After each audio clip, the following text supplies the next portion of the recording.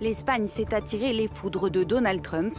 Et comme à son habitude, le président américain ne fait pas dans la demi-mesure. On va couper tous nos échanges commerciaux avec l'Espagne, on ne veut plus rien avoir à faire avec eux. Seul pays européen à avoir condamné explicitement les frappes israélo-américaines en Iran, l'Espagne a refusé de donner accès à ses bases pour ses attaques, comme celle de Morón et Rota, dans le sud du pays.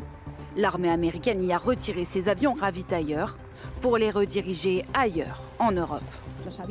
Les avions ravitailleurs qui se trouvaient à Morón ou à Rota n'ont effectué et n'effectueront aucune opération de maintenance ou de soutien à ces attaques.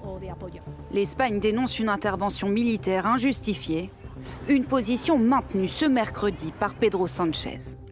La position de l'Espagne tient en 4 mots. Non à la guerre. Nous ne serons pas complices de quelque chose qui est mauvais pour le monde et qui est également contraire à nos valeurs et à nos intérêts, simplement par peur des représailles. Le Premier ministre en appelle au respect du droit international et s'inquiète des nombreux inconnus pour les populations concernées par le conflit. Et ce n'est pas son seul point de désaccord avec la politique américaine de Donald Trump. Tout a commencé lorsque tous les pays européens, à ma demande, ont versé 5% sur les fonds de l'OTAN, ce qu'ils devaient faire, et tout le monde était enthousiaste. L'Allemagne, tout le monde.